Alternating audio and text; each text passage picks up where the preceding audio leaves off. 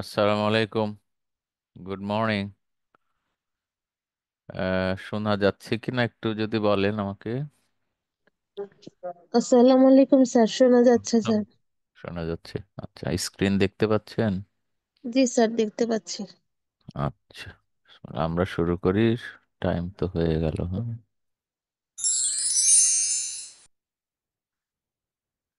আচ্ছা, আমাদের আজকের টপিকটা কদ্দূর মনে আছে? ডক্টর রোশনি বলবেন কি?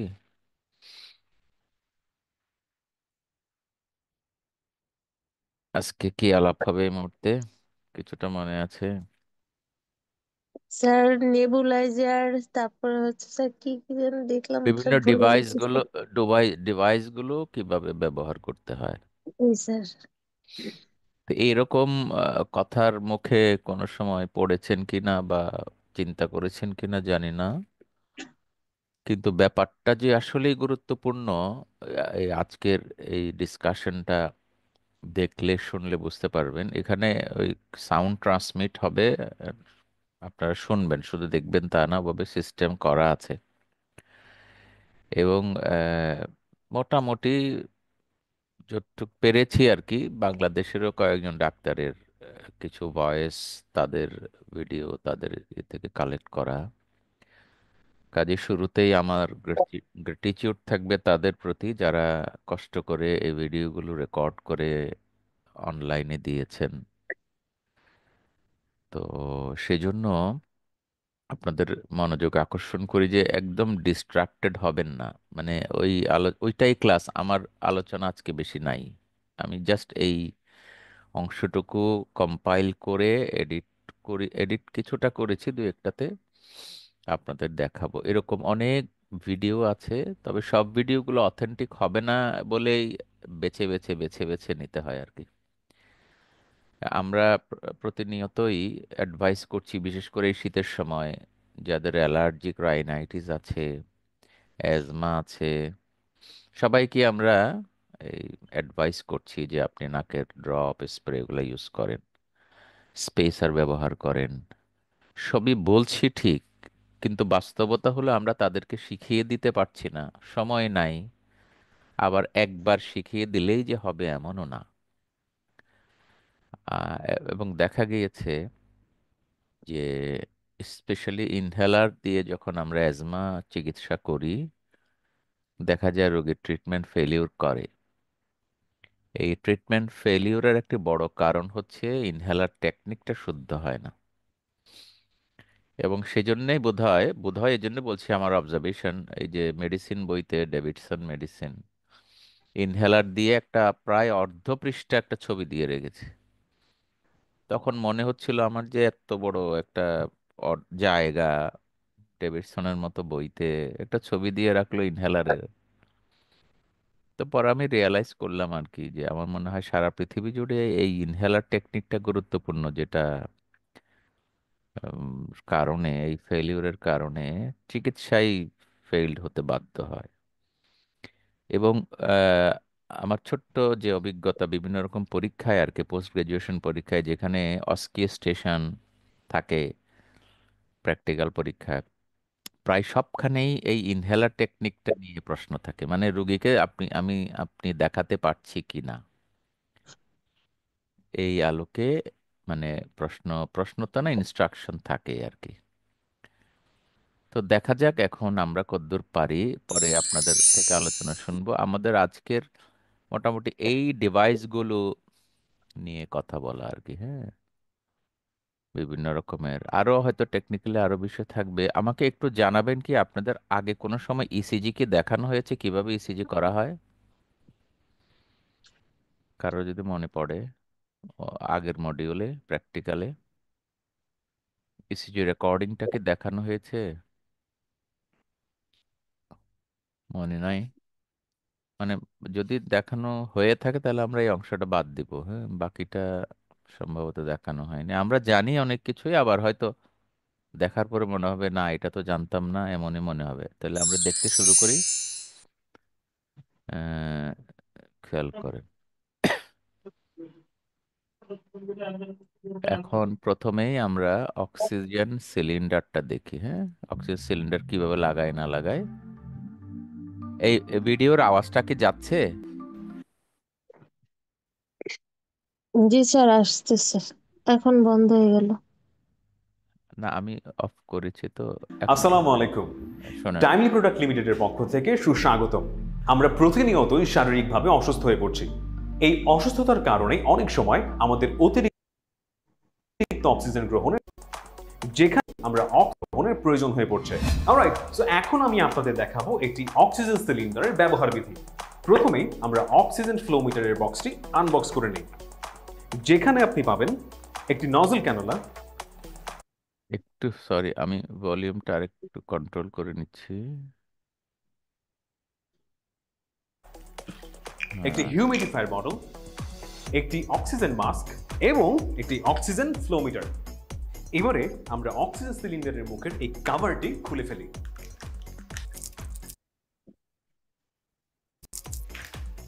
এবারে আমরা অক্সিজেনের এই ফ্লোমিটারটি অক্সিজেন সিলিন্ডারের মাথায় অ্যাডজাস্ট করি এবং সেটা ডান দিকে ঘোরাতে হবে। অক্সিজেনের এই ফ্লোমিটারটিকে অক্সিজেন সিলিন্ডারের সাথে খুব শক্ত করে অ্যাডজাস্ট করতে হবে। এবারে এই হিউমিডিফায়ার বোতলের ওয়াটার লেভেলের এই দাগ দেওয়া পর্যন্ত, মানে এই মার্ক করা পর্যন্ত বিশুদ্ধ পানি দিয়ে পূর্ণ করুন।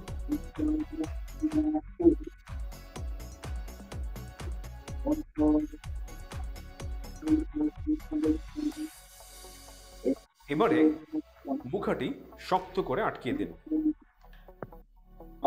এবারে হিউমিডিফায়ার বোতলটি অক্সিজেন ফ্লোমিটারের সাথে সংযুক্ত করুন। অক্সিজেন ফ্লোমিটারের সাথে অক্সিজেন মাস্ক কিংবা নেসেল ক্যানুলার, যেটি আপনার দরকার হয় সেটি সংযুক্ত করুন।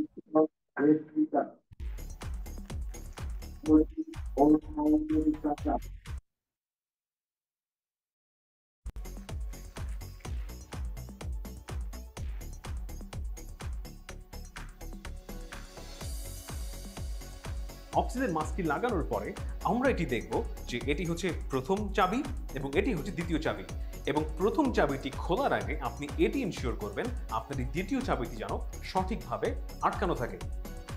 এবারে প্রথম চাবিটি খোলার সাথে সাথে আমরা দেখতে পাবো এই কাঁটাটি আমাদের অক্সিজেনের পরিমাণ নির্ণয় করছে। এবারে আমরা অক্সিজেন মাস্কটি পরে নিব।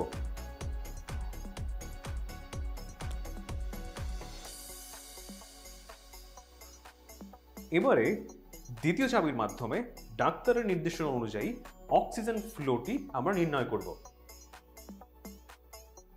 এখানে 1 থেকে 15 লিটার পর্যন্ত অক্সিজেনের ফ্লো দেওয়া যাবে।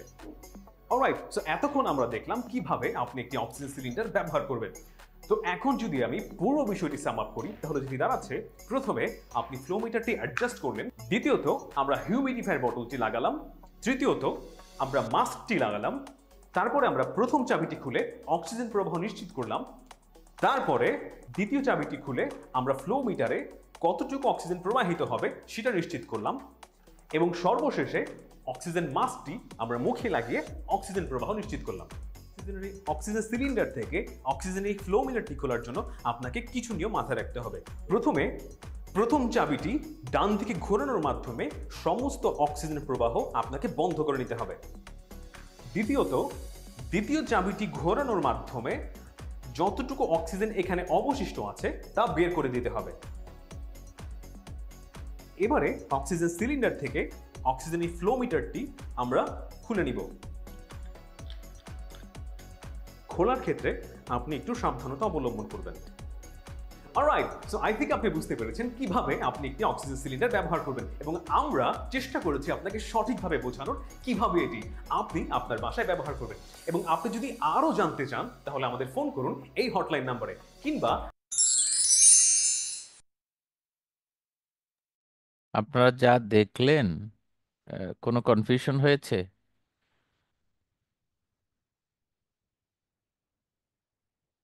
কথা বলতে চাইলে মাইকটা অন করে বলতে হবে আপনাদের, হ্যাঁ। অক্সিজেন কিভাবে লাগানো হয় হয়তো নিজেদের দরকার হয় না, কিন্তু ইমার্জেন্সি সিচুয়েশনে মাঝে মাঝে নিজেদের শিখতে হয়। আরেকজন ভুল করতে পারে, হ্যাঁ।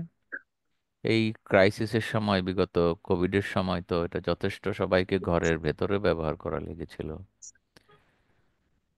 আচ্ছা, এরপরে বাকিটাতে যাই।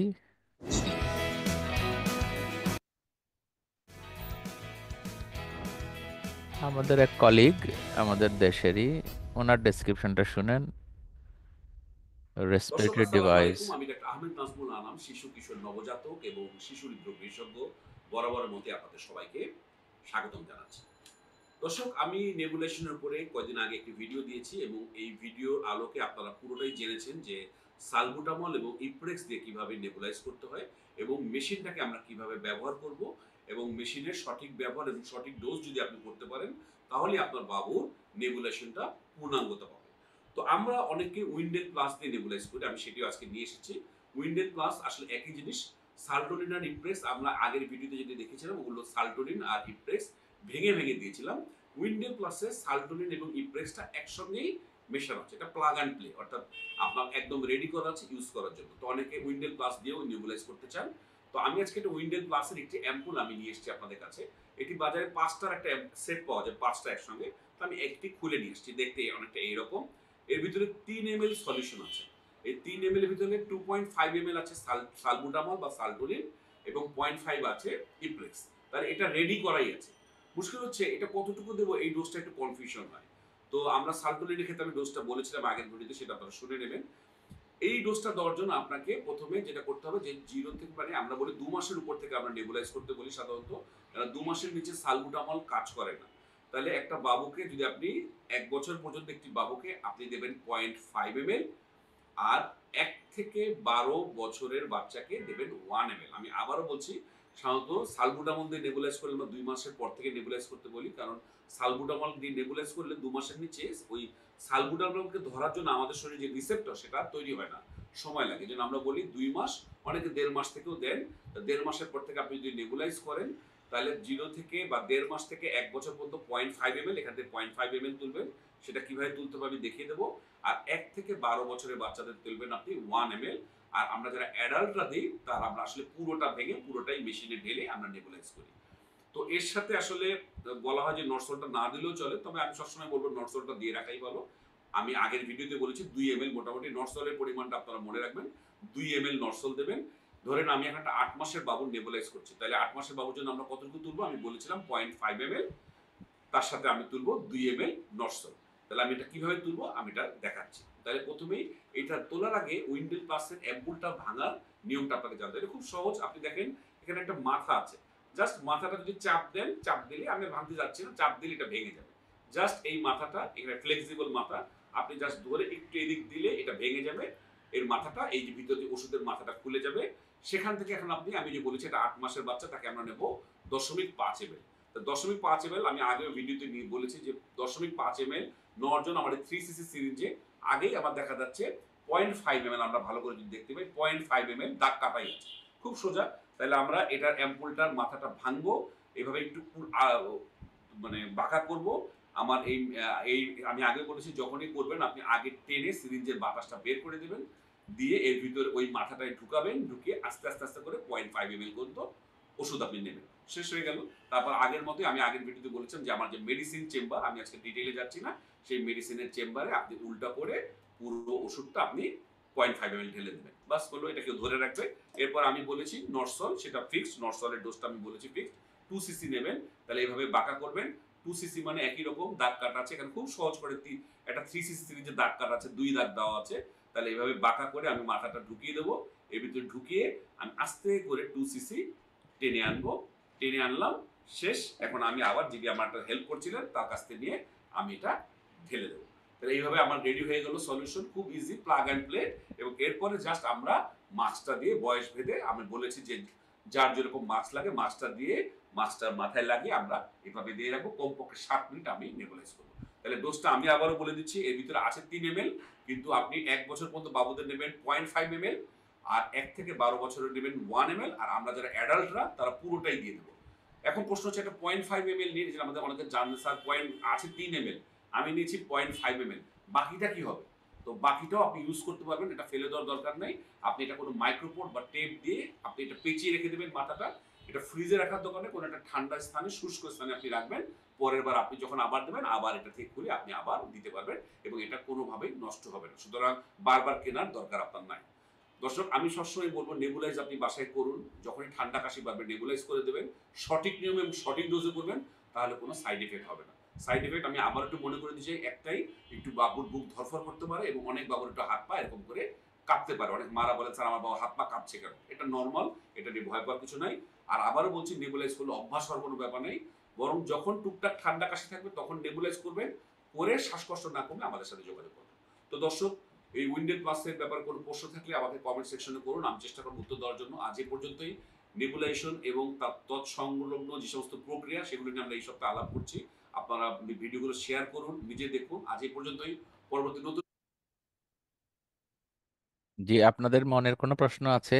যারা পেডিয়াট্রিক বাবু ডিল করতে হয় মাঝে মধ্যে, ওনার আলোচনা আমার মনে হচ্ছে যেন আমরা বুঝতেই পেরেছি। ওনার নাইস ভয়েস, ক্লিয়ার ভয়েস উনি বললেন। জি স্যার, তবুও কি কিছু কি জানা আছে? বুঝতে পেরেছি স্যার। বুঝতে পেরেছেন, তাই না? এটি এখন মনে সুন্দর। জাগতে পারে যে এটা আমার শিখার দরকার কি। এরকমই আমাদের কতগুলা জিনিস তৈরি হয় মনে, যে যেমন আপনি বা আমরা যখন হসপিটালে কাজ করি, আমি অর্ডার দিয়ে দেই, নার্সরা দিচ্ছে, যারা নার্সিং এ তারাই এই ব্যাপারটা কতদূর জানেন একটি প্রশ্ন, তাই না? বাচ্চা হলে যে তার ডোজটা একটু কম হবে, এই কথাগুলো তো জানা দরকার। আমরা ডাক্তারদের কেন শিখতে হয়? তাদেরকে গাইড করার জন্য। আর নিজেরা যদি করে অভ্যস্ত না হয়, নিজেই ভুল করব। এইটা হচ্ছে একটা ব্যাপার। এবং উনি চমৎকারভাবে বললেন যে সাইড ইফেক্টের ব্যাপারটা, যেহেতু সালবুটামল থাকে, একটু টেকিকার্ডিয়া হয়, ট্রেমর হয়, এটা ট্রানজিটরি। এই যে এশিওর করা, এটা হতে পারে, আপনি ঘাবড়াবেন না, এটা ঠিক হয়ে যাবে। এটা অ্যাডাল্টেরও হয়, বয়স্কদেরও হয়। তো কাজেই এই ভিডিও ওনার নিজস্ব ইয়ে থেকে নেওয়া। ওনার সাথে আমার কোনো ব্যক্তিগত পরিচয়ও নাই, কিছু নাই। হ্যাঁ, উনি হয়তো নিজের কন্ট্রিবিউশন টু দ্য সোসাইটি কিছুটা তো অবশ্যই ওনার পরিচিতির জন্য এগুলা করছেন। হ্যাঁ, তো আমরা পজিটিভ অংশটাই নিলাম। আরেকটা কি জানি মাথায় প্রশ্ন আসছিল যে, হ্যাঁ, ওটা উনি উত্তর দিয়েছেন। এই যে জিনিসটা কিভাবে প্রিজার্ভ করা যেতে পারে, হ্যাঁ, খোলার পরে ফেলে না দিয়ে রেখে দেওয়া। এখন রেখে দেওয়া কতদিন রাখা যাবে অবশ্য এটি আমার কাছেও স্পষ্ট না। এখন যার নেবুলাইজার লাগে তার তো দিনে কয়েকবারই লাগে সাধারণত। তো সেই ক্ষেত্রে একদিনের মধ্যে বোধহয় ব্যবহার করে ফেলতে পারলে ভালো। উম, দিনের পর দিন রেখে দিলে তো আসলে এটা টেম্পারেচার, এনভায়রনমেন্ট এগুলাতে নষ্ট হওয়ার সম্ভাবনা থাকে। তো আমি একটা প্রশ্ন করি আপনাদের। কিছু বাচ্চা ওই মাস্ক যেটা, ভেঞ্চুরি মাস্ক যে দিল না, মাস্ক কিন্তু রাখতে পারে না, ইরিটেটেড ফিল করে, তখন কি করা যেতে পারে? এই অংশটুকু অবশ্য উনি বলেননি। কেউ বলবেন? মাস্ক টলারেট না করতে পারলে বাবু, তাহলে কি করা যাবে?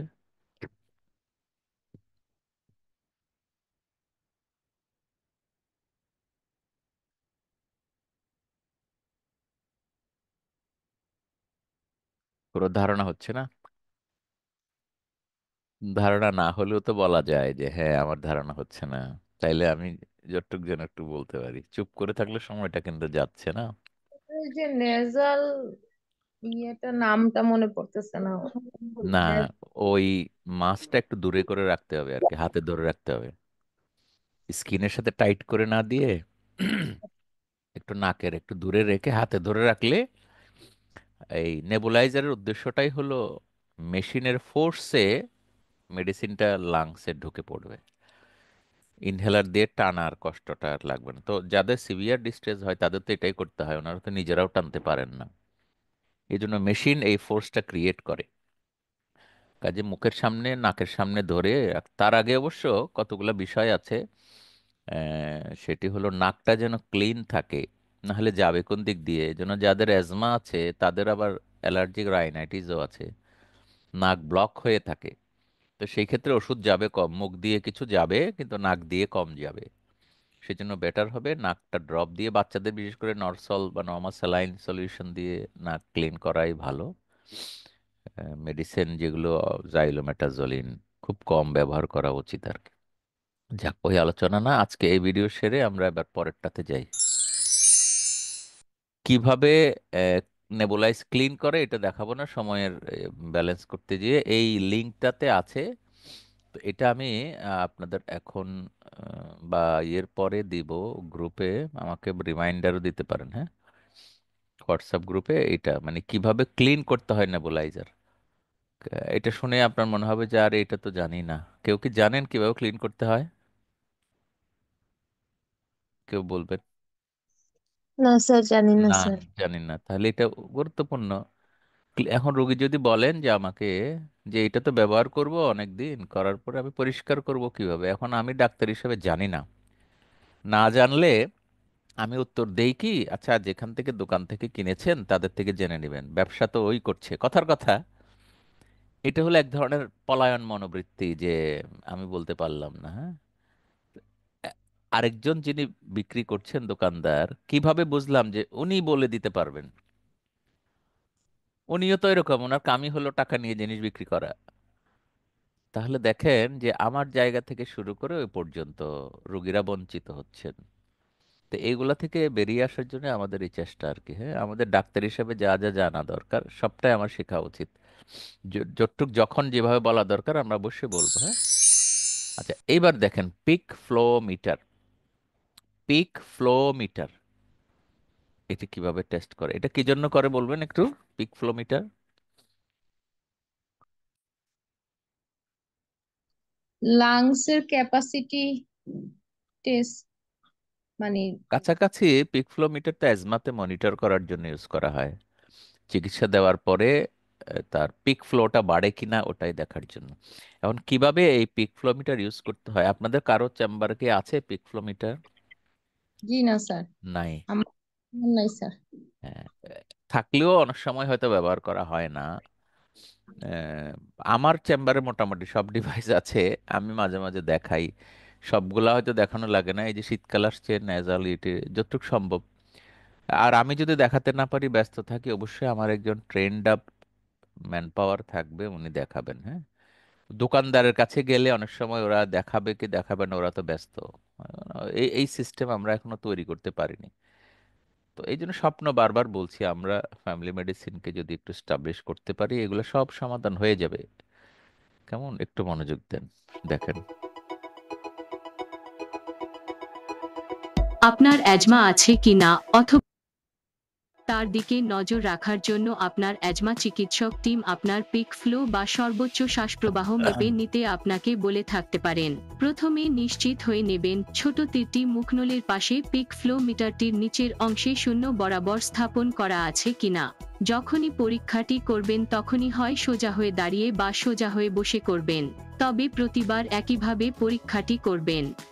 2 হাত দিয়ে পিক ফ্লো মিটারটি ধরুন, তবে নিশ্চিত হয়ে নেবেন আপনার কোনো আঙ্গুল যাতে পিক ফ্লো মিটারের মাঝখানে না থাকে। পিক ফ্লো মিটার মুখে লাগানোর আগে লম্বা গভীর শ্বাস নিন। শ্বাস নেওয়ার মুখের ভিতরে পিক ফ্লো মিটারের মুখ প্রবেশ করিয়ে ঠোঁট দিয়ে এমভাবে চেপে ধরুন যাতে বাতাস বের হতে না পারে। তারপর যতটুকু সম্ভব জোরে শ্বাস ছাড়ুন। এমনভাবে মিটারের ভিতরে শ্বাস ছাড়বেন যেন দূরের কোনো মোমবাতির আগুন ফু দিয়ে নিভাচ্ছেন। তারপর মিটারটির তীর বরাবর যে নম্বরটি রয়েছে সেটি লিখে নিন। পরীক্ষাটি 3 বার করুন। তারপর এই 3টি পরীক্ষার মধ্যে যেটির নম্বর বেশি হবে সেটি লিখে রাখুন। এই নম্বরটি হবে আপনার পিক ফ্লো স্কোর বা সর্বোচ্চ মাত্রা। যে কোনো অ্যাজমার ওষুধ নেওয়ার আগে পিক ফ্লো স্কোর কত তা জেনে নিন। আপনার অ্যাজমা হয়েছে কিনা তা জানার জন্য যদি পিক ফ্লো মিটার ব্যবহার করেন, তবে আপনার আওজমা চিকিৎসক টিম একটি নির্দিষ্ট সময়ব্যাপী সকালে এবং রাতে পিক ফ্লো স্কোর রেকর্ড করার কথা আপনাকে বলতে পারেন। তারা তা করতে বলবেন অ্যাজমা পরিবর্তন হয় কি না তা দেখার জন্য। যদি আপনাকে আপনার উপযুক্ত একটি পিক ফ্লো কর্ম পরিকল্পনা আপনাকে দেওয়া হয়ে থাকে, তবে যেভাবে পিক ফ্লো নিতে বলা হয়ে থাকবে সেভাবেই তা নেবেন এবং আপনার পরিকল্পনা অনুযায়ী কাজ করবেন। কোনো কিছু বুঝতে না পারলে আপনার অ্যাজমা চিকিৎসক টিমের লোকদেরকে জিজ্ঞাসা করুন, তারা আপনাকে সাহায্য করবেন।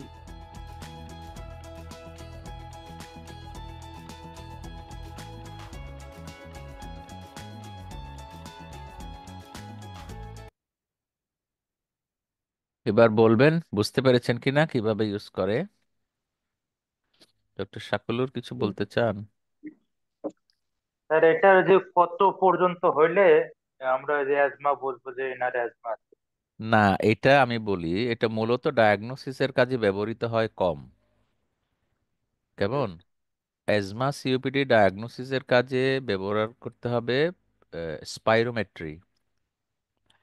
স্পাইরোমেট্রি মানে ফোর্স ভাইটাল ক্যাপাসিটি এবং force expiratory volume in first second, এটি দিয়েই মূল কাজ। আমরা এই টেস্ট বা ডায়াগনোসিসের ঝামেলায় পড়বো কখন? এটা অ্যাজমা না সিওপিডি যখন আমরা বুঝতে পারবো না। কেমন? তো অ্যাজমা ডায়াগনোসিসের জন্য আসলে টেস্ট করাও লাগে না, ক্লিনিক্যাল প্রবাবিলিটি দিয়ে ডায়াগনোসিস করা যায়। তবুও ডকুমেন্ট করা অনেক সময় হয় যখন আমি ডাক্তার হিসেবে কনফিউজ করি।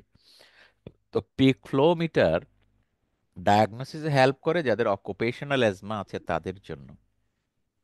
মানে যেদিন চাকরি থাকে, কাজ করেন, ওই দিন শ্বাসকষ্ট হয়, পিক ফ্লো মিটারের লেভেলটা, ভ্যালুটা কমে যায়। আবার যেদিন বাসায় রেস্ট করেন ওই দিন দেখা যায় যে ভালো। এটি দেখার জন্য পিক ফ্লো মিটারটা বেশি কাজ করে, হ্যাঁ। আর এইখানে ডায়াগনোসিসের জন্য মূলত খুব একটা ইউজ করা আমরা আপাতত ইউজ নাই করি।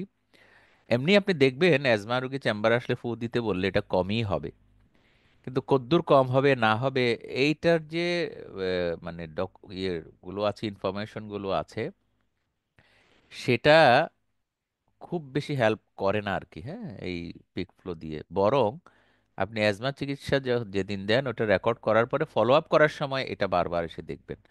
এটা শুধু আপনি দেখবেন না, মূলত অ্যাজমা ট্রিটমেন্ট পড়লে বুঝবেন যে home care management, home plan যেটা আছে সেই প্ল্যানের রুগী নিজে দেখবেন। ডায়াবেটিসে যেমন ক্যাপিলারি ব্লাড গ্লুকোজ দেখবেন, রোগীরা নিজেরাও এটা দেখবেন। এটার মধ্যে এই দাগ আছে কতগুলো, হ্যাঁ। এই যে আমার কার্সারটা মুভ করছি দেখেন, রেড, ইয়েলো, গ্রিন, রোগীদেরকেও ইনস্ট্রাকশন দেওয়া যে লাল হলে এটা ডেঞ্জারাস সাইন, হ্যাঁ, ওনাকে ইমার্জেন্সিতে যেতে হবে। ইয়েলো হলে ডাক্তার কাছে যেতে হবে, গ্রিনে থাকলে ডাক্তার কাছে যেতে হবে না, চিকিৎসা চলবে। এইভাবে সাইন করে দেওয়া। আর কিছু সাকুলুর?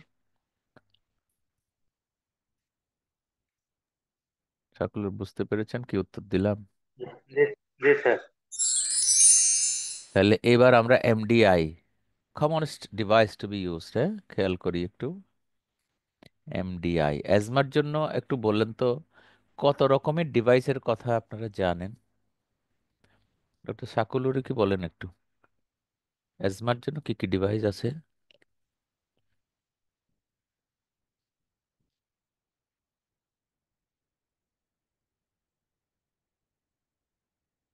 ডক্টর সাকুলুর কি বিজি হয়ে যাচ্ছেন? আর কেউ ফ্রি থাকলে একটু বলেন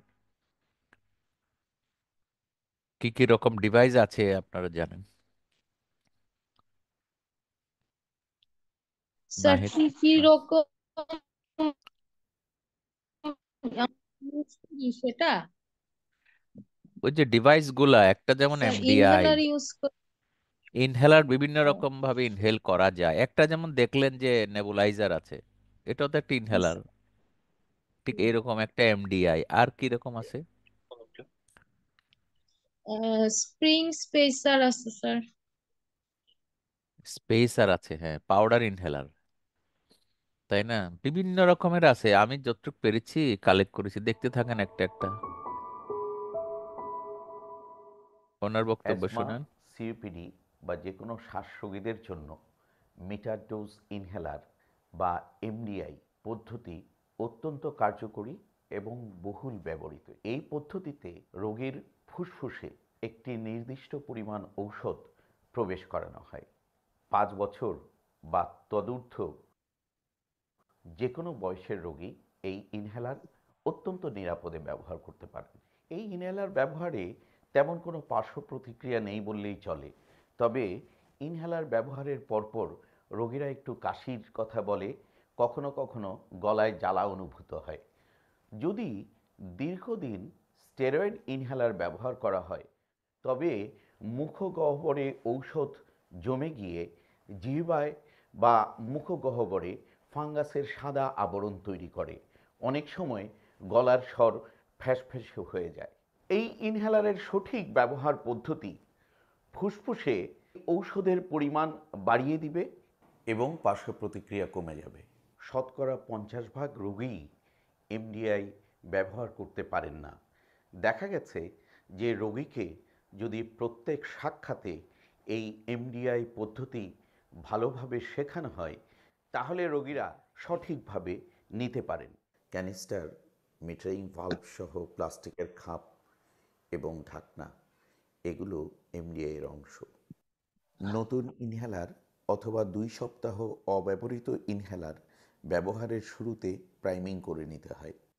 ঢাকনাটি খুলুন, ইনহেলারটি উপরে নিচে 5 বার ঝাঁকি দিন। এবার ইনহেলার 2 থেকে 4 বার বাইরের দিকে স্প্রে করুন। ইনহেলার ব্যবহারের শুরুতে ঢাকনাটি খুলুন। তর্জনী ও বৃদ্ধাঙ্গুলি দিয়ে ইনহেলার সোজা করে ধরে উপরে নিচে 5 বার ঝাঁকি দিন। চিবুক সামান্য উঁচু করে সোজা হয়ে বসুন বা দাঁড়ান। মুখ ঘুরিয়ে শ্বাস ত্যাগ করুন, বুকের সব বাতাস বের করে দিন।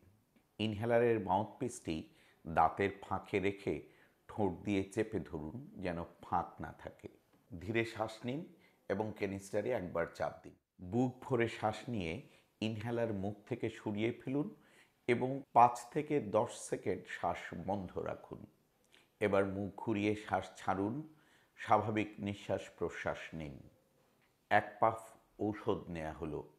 2 পাফ ঔষধ নিতে হলে 2 থেকে 8 ধাপের পুনরাবৃত্তি করুন।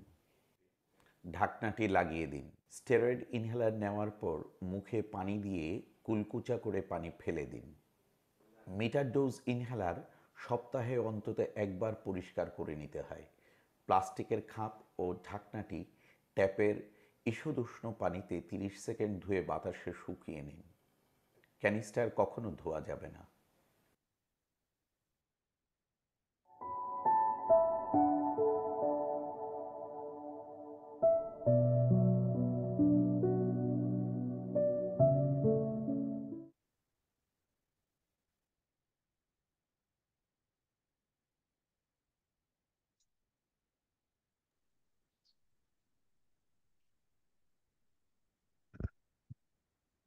আপনারা বুঝতে পেরেছেন? এই ভিডিওর কথাগুলো বুঝতে পেরেছেন? বুঝতে পেরেছি স্যার। আচ্ছা, তাহলে আর আলোচনা নাই, এগুলো পুরনো কথাই। কিভাবে ইনহেলার নেওয়া হয়েছে। ফাঙ্গাল ইনফেকশনের কথাটা আবারও বলি, এটা রুগীকে বুঝিয়ে দিতে হয়, গলগলা করে ফেলবেন। বিভিন্ন রকমের ইনহেলার কি উদ্দেশ্যে দিবেন না দিবেন এগুলো তো অ্যাজমার চিকিৎসার আলোচনা, আজকে ওই আলোচনা না, আজকে শুধু ডিভাইস। তাহলে এর পরের অংশে যাই। স্পেসার দিয়ে কিভাবে ব্যবহার করে স্যারের কথাগুলো শুনুন। শুধুমাত্র এমডিআই ব্যবহার অনেক ক্ষেত্রে রোগীদের জন্য অনেক কঠিন হয়ে পড়ে। অনেক শেখানোর পরও দেখা যায় যে রোগীরা এই ইনহেলার সঠিকভাবে নিতে পারেন না। সেই ক্ষেত্রে এই এমডিআইকে একটি স্পেসার বা হোল্ডিং চেম্বারের সঙ্গে যুক্ত করে খুব সহজেই রোগীকে এই ইনহেলার দেয়া যায়। শুধুমাত্র এমডিআই ব্যবহারে যদি রোগীর ফুসফুসে শতকরা 10 ভাগ ঔষধ গিয়ে থাকে, এই স্পেসার ব্যবহার করলে সেই ঔষধের মাত্রা 20 থেকে 30 ভাগ পর্যন্ত বেড়ে যায়। ইনহেলার ব্যবহার করলে পরে রোগীরা গলায় চুলকানি অনুভূত হওয়া বা কাশি হওয়া বা দীর্ঘদিন ব্যবহারের পরে স্টেরয়েড ইনহেলারের ক্ষেত্রে মুখগহ্বরে ফাঙ্গাসের যে সাদা আবরণ পড়ে সেই ধরনের জটিলতা স্পেসার ব্যবহারে কমে যায়। 4 বছর বা তদূর্ধ্ব যে কোনো বয়সের রোগী এমডিআই স্পেসার বা হোল্ডিং চেম্বার দিয়ে নিরাপদে নিতে পারেন। ইনহেলারের ঢাকনা খুলুন। ইনহেলার সোজা করে উপরে নিচে 5 বার ঝাঁকি দিন। স্পেসারের পেছনের অংশে ইনহেলারের মাউথপিস যুক্ত করুন। মুখ ঘুরিয়ে শ্বাস ছাড়ুন, বুকের সব বাতাস বের করে দিন। চিবুক সামান্য উঁচিয়ে সোজা সামনের দিকে তাকান। স্পেসারের মাউথপিস দাঁতের ফাঁকে রেখে ঠোঁট দিয়ে চেপে ধরুন যেন ফাঁক না থাকে। ক্যানিস্টারে একবার চাপ দিন ও ধীরে লম্বা শ্বাস নিন। স্পেসার মুখ থেকে সরিয়ে 5 থেকে 10 সেকেন্ড শ্বাস বন্ধ রাখুন। শ্বাস ছাড়ুন ও স্বাভাবিক নিঃশ্বাস প্রশ্বাস নিন। এক পাফ ঔষধ নেওয়া হলো। আরেক পাফ নিতে হলে 30 সেকেন্ড বিরতি দিয়ে 2 থেকে 8 ধাপের পুনরাবৃত্তি করুন। সপ্তাহে অন্তত একবার স্পেসারের অংশগুলো ঈষদুষ্ণ গরম পানিতে ডিটারজেন্ট দিয়ে 15 মিনিট ডুবিয়ে রাখুন। স্পেসারের অংশগুলো পানি থেকে তুলে বাতাসে শুকান, মোছামুছি করবেন না।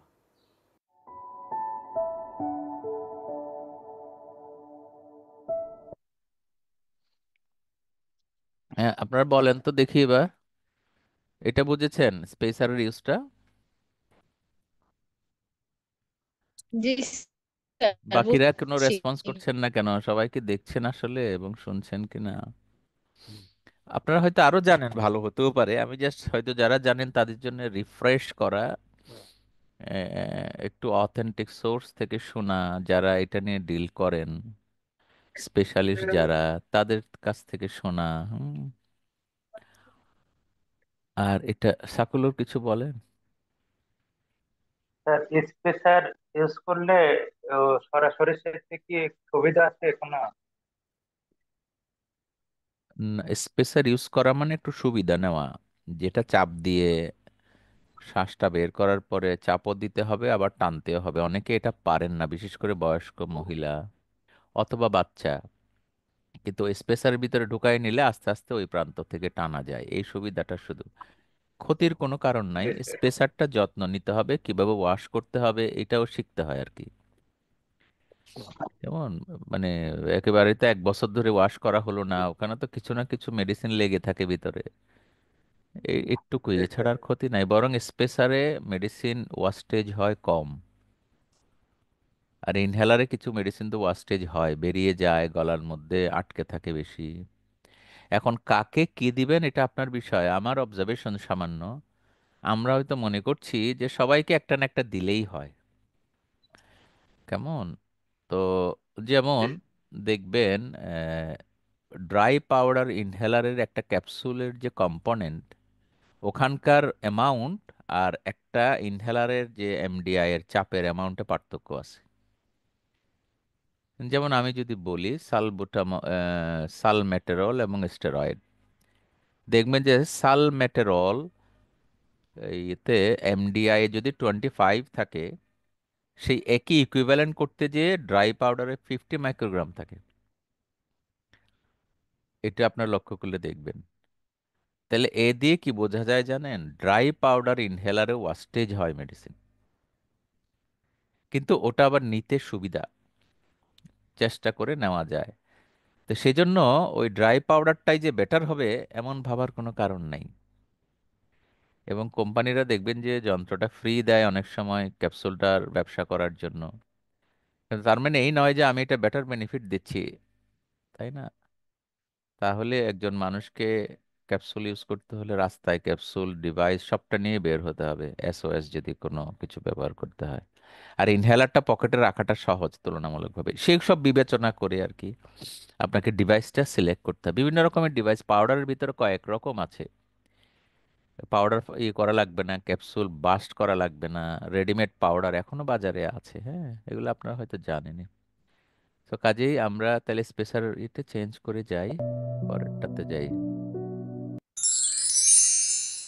এই যে ড্রাই পাউডারটা দেখেন একটু।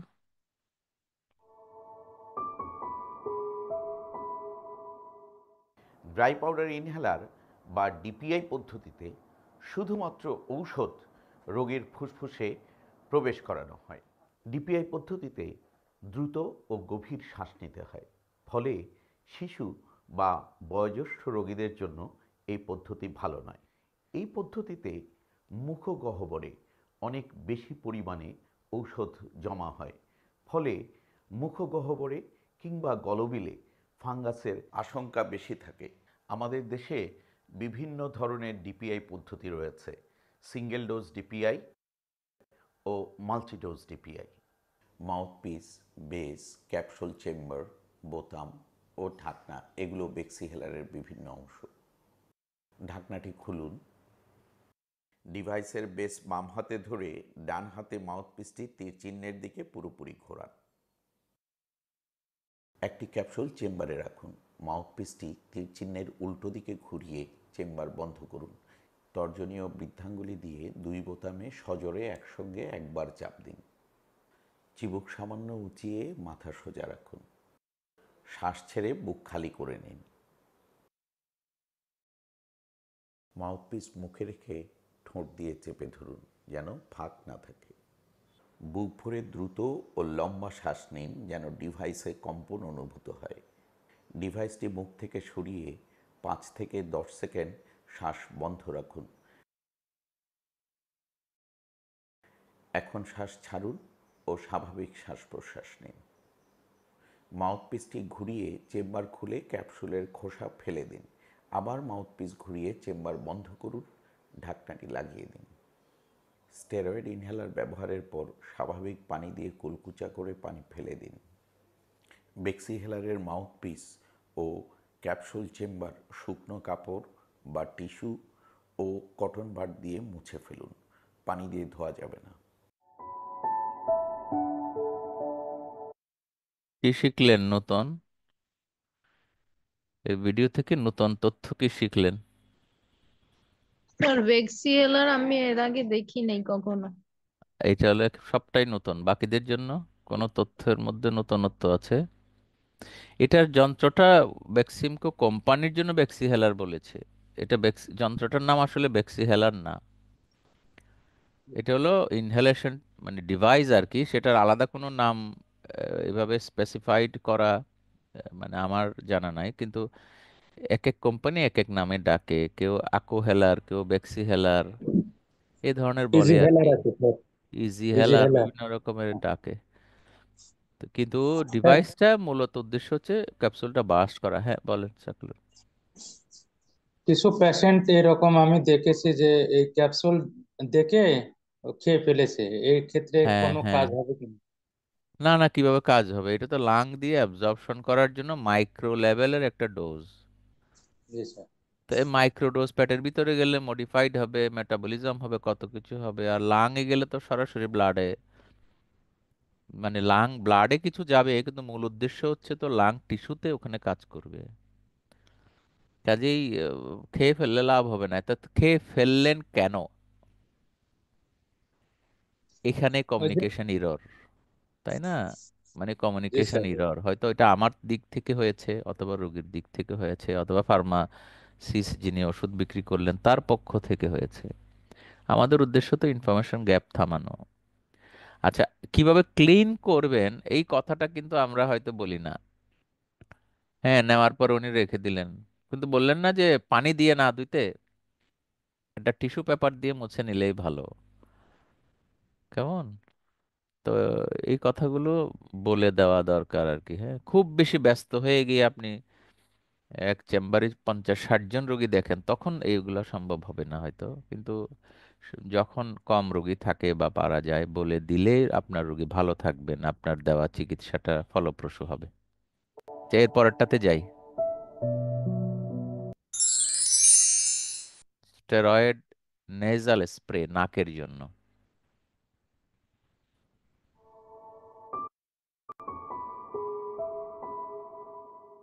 Steroid nasal spray allergic rhinitis, নন allergic rhinitis, nasal polyp, sinusitis এই রোগের অত্যন্ত কার্যকরী ঔষধ। এই স্প্রের মাধ্যমে একটি নির্দিষ্ট পরিমাণ ঔষধ রোগীর নাসারন্ধ্রে প্রবেশ করানো হয়।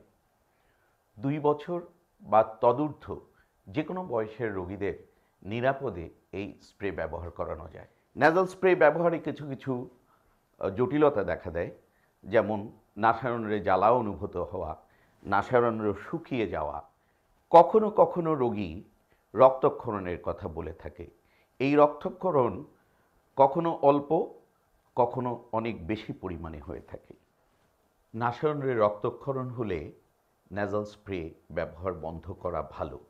যদি রক্তক্ষরণের পরিমাণ খুব কম হয়, সেক্ষেত্রে রক্তক্ষরণ বন্ধ হয়ে গেলে কিছুদিন nasal স্প্রে ব্যবহার বন্ধ করে পুনরায় শুরু করা যায়। কিন্তু রক্তক্ষরণ যদি খুব বেশি পরিমাণে হয়, সেক্ষেত্রে পুনর্বার nasal স্প্রে ব্যবহার না করা ভালো। nasal স্প্রে ব্যবহারের সঠিক পদ্ধতি অবলম্বন করে এবং সঠিক মাত্রায় ন্যাজাল স্প্রে নিলে এসব জটিলতা কম দেখা দেয়। Safety clip, dust cap, nasal applicator, meter valve সহ বোতল, এগুলো ন্যাজাল স্প্রের অংশ। নতুন স্প্রে ব্যবহারের শুরুতে বা স্প্রে কিছুদিন অব্যবহৃত থাকলে পুনরায় ব্যবহারের সময় প্রাইমিং করে নিতে হয়। প্রাইমিং শুরুতে সেফটি ক্যাপ খুলুন, ডাস্ট ক্যাপ খুলুন, ন্যাজাল স্প্রে উপরে নিচে 5 বার ঝাঁকি দিন। এবার পাশে সরিয়ে 1-2 বার স্প্রে করুন। এবার ন্যাজাল স্প্রে ব্যবহার করতে পারেন। প্রথমে নাক ঝেড়ে পরিষ্কার করুন, ডাস্ট ক্যাপ খুলুন, উপরে নিচে 5 বার ঝাঁকি দিন। মাথাটা সামনের দিকে সামান্য ঝুঁকান। ডান হাতের তর্জনী ও মধ্যমা দিয়ে নজল এবং বৃদ্ধাঙ্গুলি দিয়ে স্প্রের নিচে ধরুন। নজলের অগ্রভাগ বাম নাসারন্ধ্রে অল্প ঢুকিয়ে একবার স্প্রে করুন। এবার বাম হাতের তর্জনী ও মধ্যমা দিয়ে নজল এবং বৃদ্ধাঙ্গুলি দিয়ে স্প্রের নিচে ধরুন। নজলের অগ্রভাগ ডান নাসারন্ধ্রে দেয়াল বরাবর অল্প ঢুকিয়ে একবার স্প্রে করুন। ন্যাজাল স্প্রে ব্যবহারের পরপর নাক ঝাড়বেন না। নাসিকার অগ্রভাগ পরিষ্কার টিস্যু দিয়ে মুছে ফেলুন। এবার স্প্রের ঢাকনাটি লাগিয়ে দিন।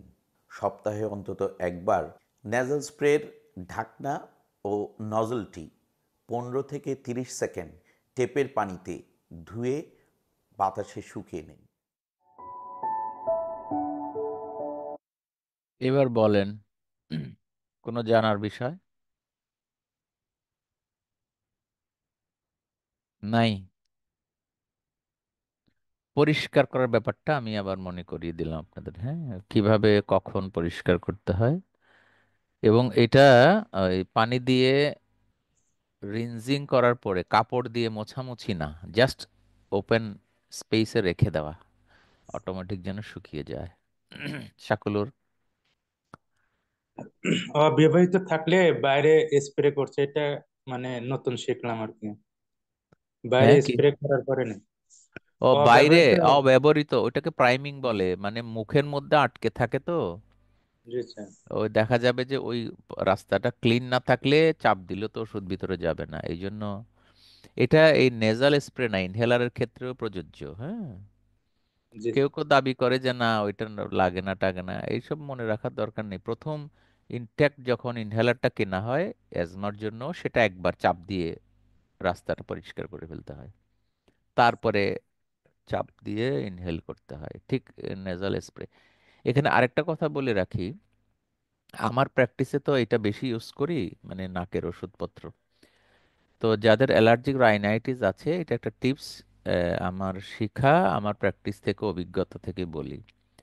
যে কোনো এই অ্যালার্জিক রাইনাইটিস অথবা ডিএনএস এরকম রোগীকেই তো আমরা বলছি 3টা ওষুধ ব্যবহার করা খুবই ইউজফুল আমার কাছে মনে হয়। একটা হচ্ছে, প্রথমে একটা নাকের ড্রপ দিলে, নাকের ড্রপ নেজাল মিউকোজার উপরে কাজ করে একটা প্যাসেজ তৈরি করে, নাকটা হালকা হালকা মনে হয়।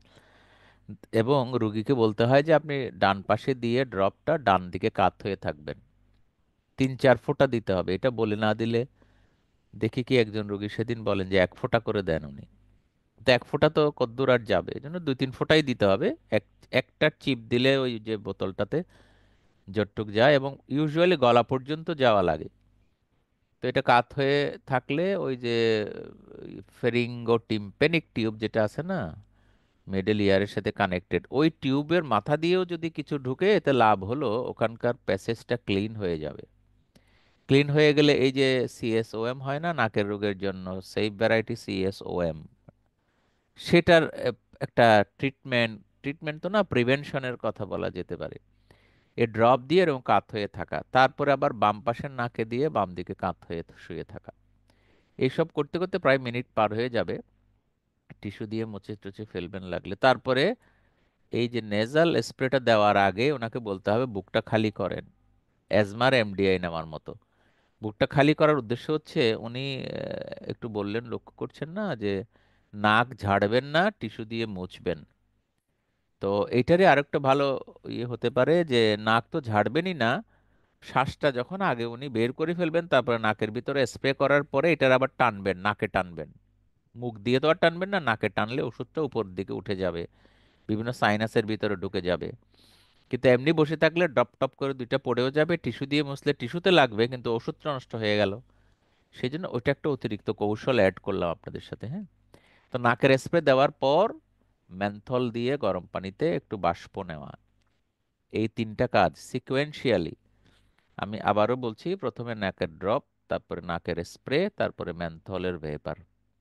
এই সিকোয়েন্সিয়ালি এটা দিলে মানে দেখবেন যে ইফিকেসি বেশি বলে আমারও অভিজ্ঞতা হয়েছে। আমি ফ্যামিলি মেডিসিনের অন্যান্য বই পড়েছি তো আগে, সেখান থেকে এই জিনিসটা পিক আপ করে যখন ইউজ করেছি আজকে অনেক বছর, এই টেকনিকটা ইউজ করার কারণে রোগীদের মানে একেবারে একদিন দুদিন পরেই নাকের অনেক কষ্ট কমে যায় আর কি, হ্যাঁ।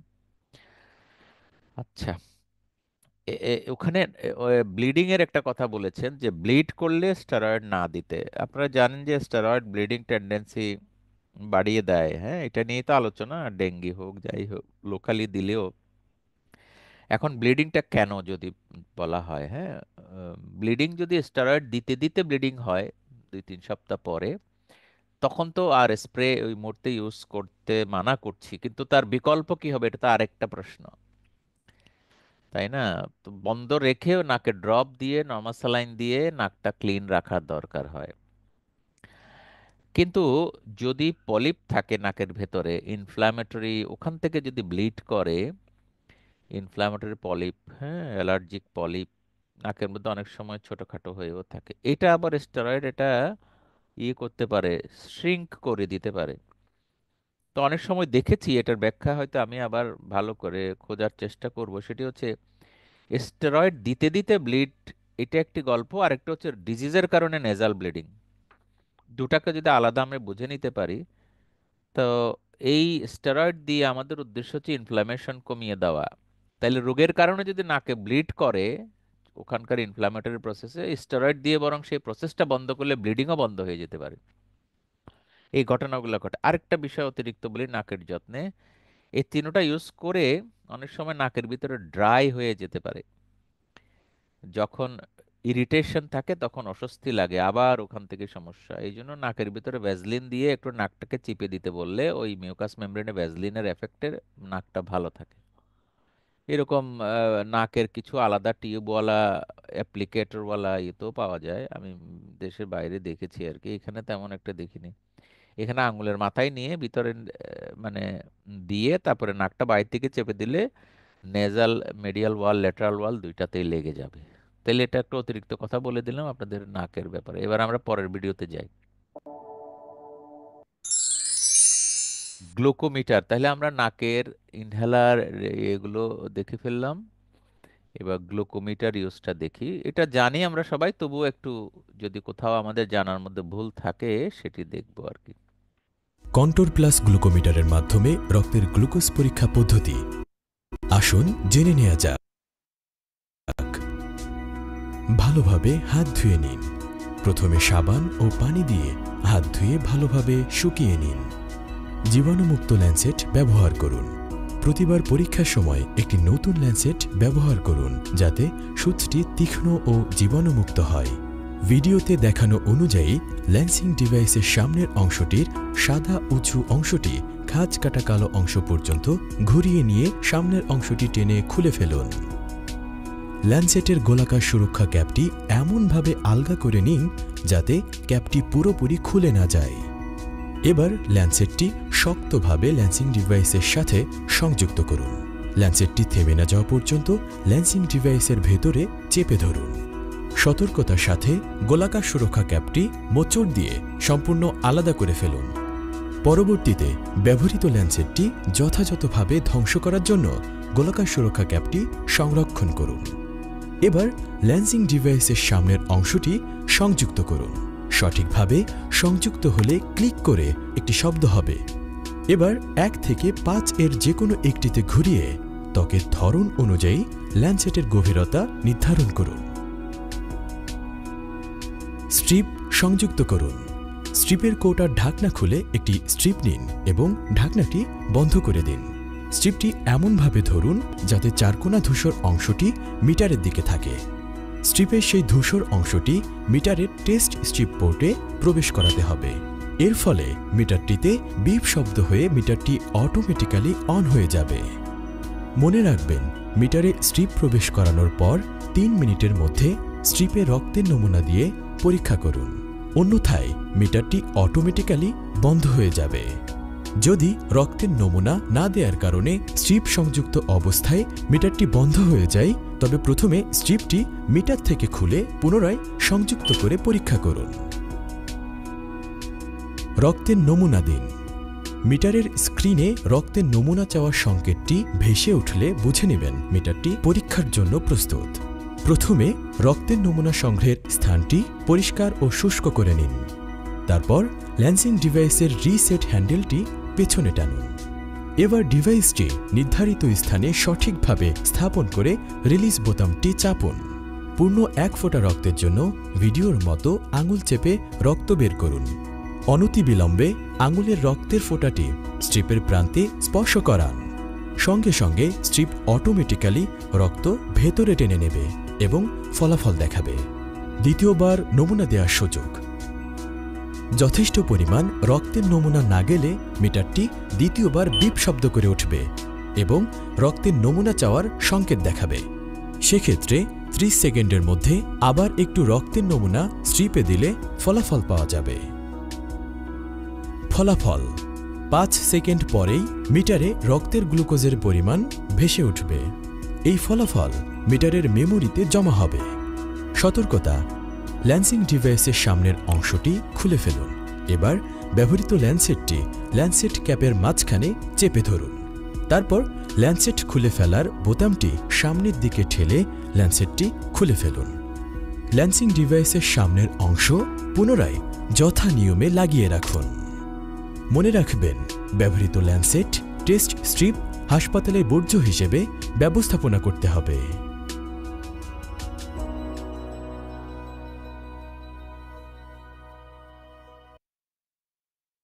কিছু বলবেন?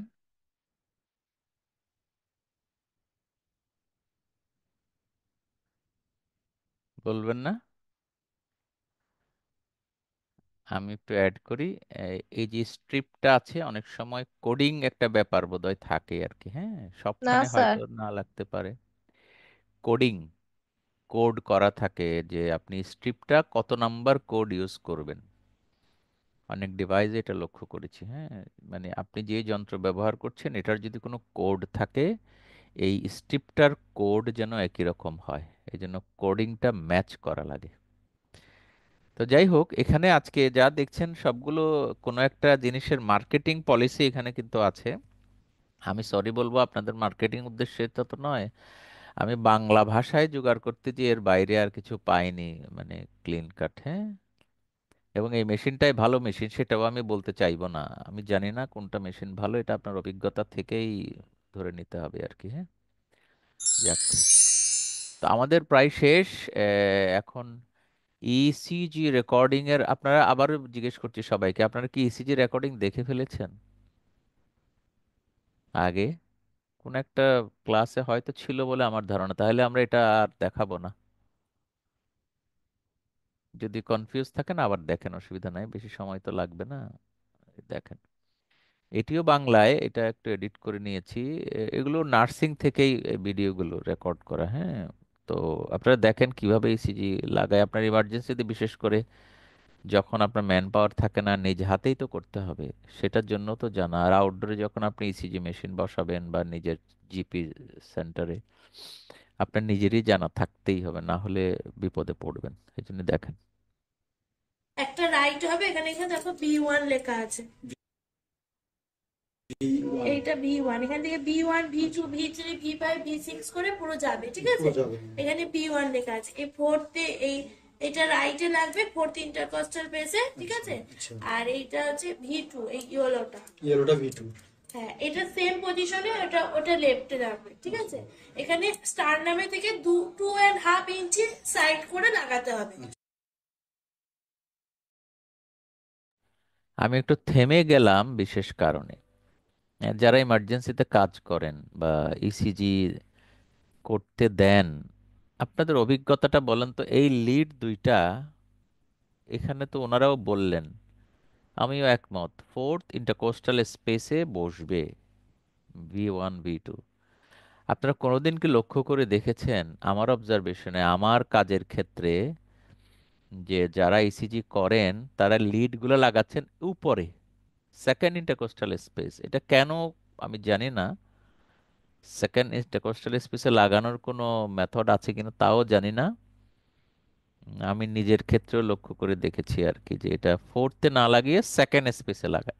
আপনারা কি এই জিনিসটা লক্ষ্য করেছেন বা ভেবেছেন? কেউ বলবেন? ডক্টর সাকুলুর কই, আপনি বলেন না কেন? আপনার রুমে তো প্রায় এগুলো করা দরকার হয়, ইসিজি। সাকুলুর, ডক্টর সাইফুলকে আবার ডিসকানেক্টেড দেখাচ্ছে। সাকুলুর কথা বলতে পারছেন না। তো আমি যেটা বলছি, আপনারা যে আগে দেখবেন যে যারা ইসিজি করছেন, ব্রাদার নার্স কিংবা অন্য কেউ, ওই লিডগুলো লাগানো ঠিক আছে কিনা। না হলে তো ইসিজির যে ওয়েভগুলো, ওগুলো ডিফারেন্ট হয়ে যাবে।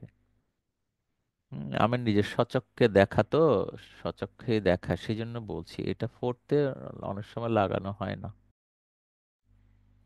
পুরো স্টারনামের ওপরে লাগবে না, একদম একটু সাইডে লাগাতে হবে, ঠিক আছে। এরপরে আসবে হচ্ছে V4। হ্যাঁ, কি করে বিপ দিচ্ছে ওটা নেবে না, ওটা অন্যরকম, মানে বিপ দিতেই থাকবে সমানে, বুঝতেই পারবে যে কিছু প্রবলেম হচ্ছে।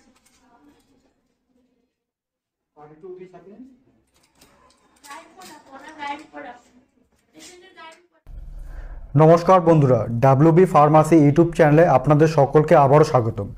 আজকে আমরা একটা নতুন বিষয় লেখো বা রেখাচিত্র আগে বলে রাখি, যদি না তা জানতে ইসিজি রিপোর্ট আমি লিখে একটু থাকেন, স্কিপ করছি, লাইক করবেন এবং লম্বা ভিডিও, আমরা শুধু লাগানোটাই দেখব। ওই বক্তৃতা শুনতে চাইনি আর কি। হ্যাঁ, দেখো এখানে স্টারনাম আছে আমাদের, ঠিক আছে। এখানে আমাদের এখান থেকে গুনে 1 2 3 4 4 নম্বর রিপে আমরা লাগাবো মধ্যিখানে, ঠিক আছে। এটাকে বলে ইন্টারকস্টাল পেস, ঠিক আছে। এই ফোর্থ আগে জেলিটা দিয়ে নিই, সেটাই ভালো করেই দেখাই। জেলিটা দিয়ে দিই। এখানে ফোর্থ ইন্টারকস্টাল পেসে আমরা এই একটা রাইট হবে, এখানে এখানে দেখো V1 লেখা আছে, এইটা V1। এখান থেকে V1 V2 V3 V5 V6 করে পুরো যাবে, ঠিক আছে। এখানে V1 লেখা আছে। এই ফোর্থে এটা রাইটে লাগবে, ফোর্থ ইন্টারকস্টাল পেসে, ঠিক আছে। আর এইটা হচ্ছে V2, এই ইয়েলোটা V2। হ্যাঁ, এটা সেম পজিশনে, ওটা লেফটে রাখবে, ঠিক আছে। এখানে স্টারনামে থেকে 2.5 ইঞ্চি সাইড করে লাগাতে হবে, পুরো স্টারনামের ওপরে লাগবে না, একদম একটু সাইডে লাগাতে হবে, ঠিক আছে। এরপরে হচ্ছে V4। হ্যাঁ, এটা হচ্ছে V4 V5 V6 একই প্যারালাল হবে, কিন্তু ফিফথ ইন্টারকস্টাল পেসে, ঠিক আছে। এটা এখানে V4। এবার V2 আর V4 এর মধ্যখানে হবে হচ্ছে V3, ঠিক আছে। এবার এইটা হচ্ছে V6। হ্যাঁ, এইটা V4 এর পজিশনিং হচ্ছে মিড ক্যাভিকুলার লাইন, ঠিক আছে। হ্যাঁ, এই যে ওপর থেকে নেমে এই সোজা এই জায়গাটাকে বলে মিড ক্যাভিকুলার লাইন, আর এইটা হচ্ছে একই প্যারালাল হবে ফিফথ ইন্টারকস্টাল পেসে, ঠিক আছে। এরপরে হচ্ছে V5 হচ্ছে অ্যান্টেরিয়র অক্সিলারি লাইন, ঠিক আছে। তারপরে হচ্ছে V5 হচ্ছে মিড অক্সিলারি লাইন, ঠিক আছে। কিন্তু এই ফিফথ ইন্টারকস্টাল পেসে একই প্যারালালে এরকম আসবে। আচ্ছা, সব মানে একই প্যারালালে, এই শুধু ওই নামগুলো মনে রাখতে হবে। এইটাই হচ্ছে যা। এবার হচ্ছে এই পায়েগুলো, এটা হচ্ছে রাইট আর্ম, একে বলে আর্ম। দেখো এখানে লেখা আছে RA, ঠিক আছে। এটা রাইট আর্ম, এখানে লাগিয়ে দিলাম। এবার তুমি এখানে না লিখে পুরো সারা হাতেও লাগাতে পারো, সেরকম কোনো ব্যাপার নেই, কিন্তু এইটাই এখানেই লাগানোর পজিশন। আর এটা হচ্ছে লেফট এল, দেখো না এটা আর্ম না, এটা লেগ আছে, RL রাইট লেগ, ঠিক আছে। ব্ল্যাকটা এখানে দাও। অনেক সময় না এগুলো চেঞ্জ থাকে, সবসময় এইটা দেখে লাগাতে হয়। অনেক সময় এইটা ধরো এইটার কোনো ফাংশন নেই, এটা আমি ওটাতেও লাগাতে পারি, কিন্তু এই কালারটা দেখে সবসময় লাগাতে হবে। এখানে দেখো লেখা আছে LL, মানে রাইট লেফট লেফট লেগ, আর এটা হচ্ছে আর এ, মানে রাইট লেফট আর্ম, আর্ম। হ্যাঁ, রাইট এটা আর্ম, রাইট, ওটা left, left arm, left arm, ঠিক আছে। এটা হচ্ছে পজিশন। পুরো পজিশন। এবার হচ্ছে মেশিন চালানো।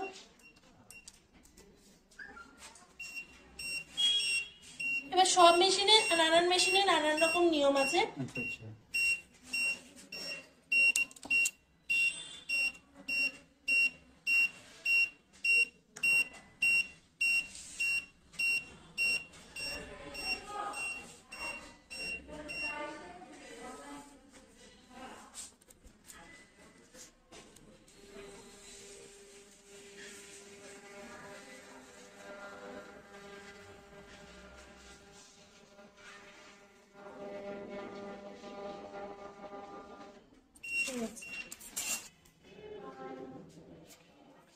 তারপর এই রিপোর্টটা কিভাবে ডায়াগনোসিস করা হয় এটা কি জানা আছে এদের? হ্যাঁ, এটা তো অনেক বড় ব্যাপার। মানে অনেক কিছু নাকি? হ্যাঁ, সে তো অনেক কিছু।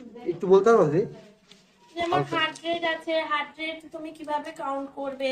আচ্ছা। তারপরে তোমার মোটামুটি ছোটখাটো ব্যাপারগুলো, প্রথমে রেগুলার আছে কিনা বিট, তারপরে ইরেগুলার কি, তারপর হার্ট রেট আছে, তার এইগুলো মানে এগুলো ছোটখাটো। তারপরে আস্তে আস্তে বাড়ছে, যেমন হার্ট রেট কম থাকলে কি হবে, বেশি থাকলে কি হবে, মানে নামগুলো যায়। হ্যাঁ, তারপরে ডায়াগনোসিসটা তো সেটা ডক্টর করবে, কিন্তু কিছু কিছু কিছু আমাদের মানে পুরোটাই আমাদের শিখতে হয়, ডক্টরদের থেকেও বেশি শিখতে হয়।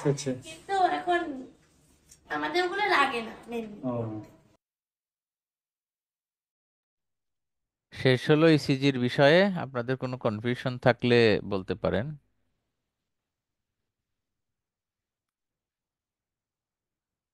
আপনারা কি আদৌ দেখেছেন পুরো ভিডিওটা ঠিক মতো মানে বোঝার চেষ্টা করেছেন, জি স্যার। নাকি মনে হয়েছে এগুলো তো জানি আবার এগুলো দেখছি কেন? এমন হতেও পারে, তবে আমার কাছে অনেক, আমি যখন এগুলো নাড়াচাড়া করেছি আমি নিজেও কিছু শিখেছি। কেমন, এবং একটা ইররের কথা আপনাদের বললাম যে চেস্ট লিডের ফোর্থ স্পেসে যে বসাতে হয়, এটি কেমন জানি মানে আমার কাছে দুঃখজনক লেগেছে যে আমরা অভ্যস্ত না হওয়ার কারণে মনে হয়েছে অনেক ডক্টর কলিগেরও এই ব্যাপারে ধারণাটা খুব স্পষ্ট মনে হয়নি। হ্যাঁ, তো এরকম অনেকগুলো টেকনিক্যাল ইরর টেকনিক্যাল পার্সনের মাধ্যমে হয়। এটা শুধু ইসিজি না, এটি ওই যে আজকে যে ডিভাইসগুলো দেখালাম সেখানে আপনি এক্স রে রুমে যদি যান, যিনি এক্স রে রুমে ছবিটা তুলছেন তার মধ্যে আমরা এটা নিয়ে বেশি আলোচনা কিন্তু করি না। কিন্তু আমি এই লেখাপড়া নিয়ে নাড়াচাড়া করতে গিয়ে দেখলাম যে সবখানেই এটা আলোচনা আছে এবং আলোচনা জানাও দরকার। তো আমি আমার ছোট্ট পরিসরে ইসিজি বলেন কিংবা চেস্ট এক্স রে, বিশেষ করে চেস্ট এক্স রে নিয়ে তো টেকনিক্যাল ইরর নিয়ে আমার সব সময় আলোচনাগুলো ছিল। তো এখানেও টেকনিক্যাল ইরর কমানোর জন্য আপনাদের গত ইসিজি ক্লাসের কথা যদি একটুও মনে থাকে, আমি বলেছিলাম যে একটা ইসিজি আছে, এটা সারা দুনিয়া জুড়েই এই ইররটা হয় এবং সেই ইসিজি পরীক্ষায়ও দেওয়া হয় যে এই ইসিজিতে ইরর কি আছে। আপনাদের মনে আছে এই যে লিড লাগানো নিয়ে একটি ঝামেলা হয়, ভুল হয়ে যায় প্রায়। সেটি কোন লিড, মানে কোনটা সমস্যাটা হয়? চেস্টেরটা বাদ দিলাম, আমি চেস্টের তো আমার অবজারভেশন বললাম, ইন জেনারেল একেবারে ইসিজি করে পরীক্ষায় দেখানো হয়, আমিও দেখিয়েছি, আলাপ করেছি। মনে পড়ে আপনাদের? এটা মনে থাকার মতো কথাও ছিল, মনে নাই?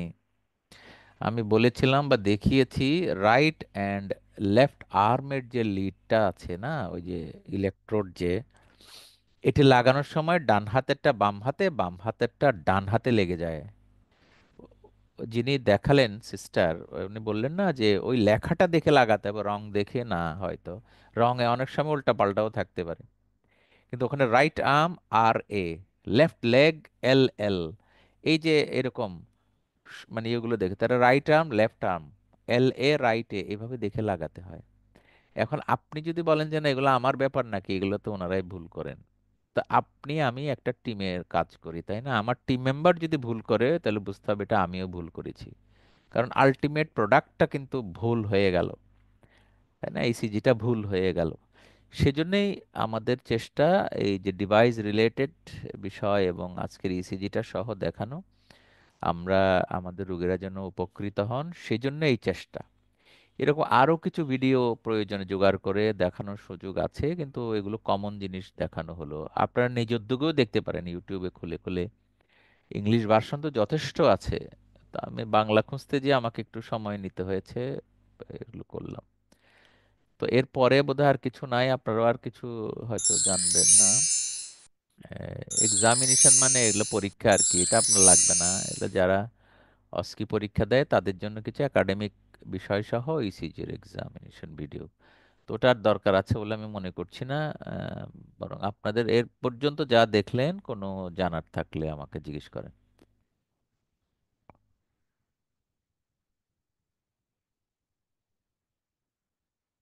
আপনারা কি আদৌ আমার কথা শুনতে পাচ্ছেন? জি স্যার, জি স্যার। শুনতে শুনতে পাচ্ছেন? তো কথা বলছেন না দেখে ভাবলাম যে মনে হয় ভয়েসটাই যাচ্ছে না। না স্যার, শুনতে পাচ্ছি। শুনতে পেয়েছেন? তার কোনো প্রশ্ন নাই? আপনার দুজন মাইক খুললেন, প্রশ্ন নাই। বাকিদের কি অবস্থা? প্রশ্ন নাই? এমনি ডেসক্রিপশনটা সহজ ছিল, কিন্তু এরপরেও আলোচনা যদি থাকতো তাহলে আমি একটু রেসপন্ড করতাম। আর যদি না থাকে আমরা এখানে শেষ করি। সবাইকে ধন্যবাদ জানিয়ে শেষ করছি। আর যারা দেখতে পাননি, কলিগ বন্ধু যারা আছেন তাদেরকে জানিয়ে দিতে পারেন, এটা তো রেকর্ডেড করা থাকবে, ওয়েবসাইটে ওনারা দেখে নিতে পারবেন। ঠিক স্যার আছে? মডিউল 5 তো স্যার আসে নাই এখনো।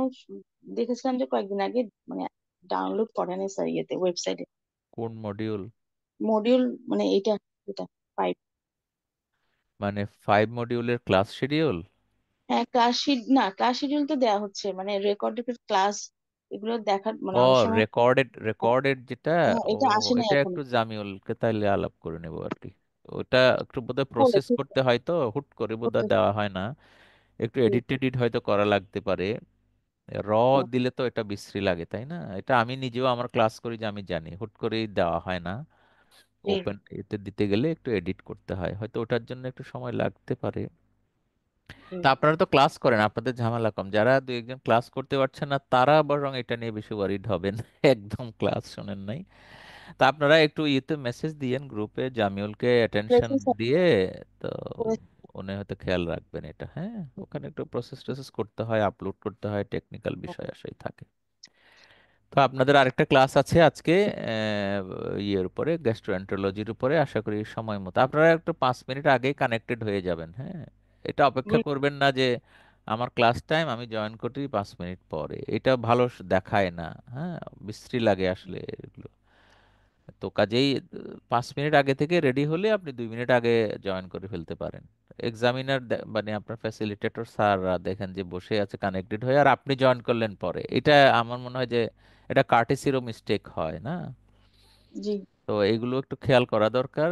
যদিও বলাটা সুন্দর লাগে না, তবু আমার অবজারভেশন হলো বলে বললাম। আপনারা আগে জয়েন করবেন যারা পার্টিসিপেন্ট, যারা করে না দ্যাট ইজ আনাদার থিং।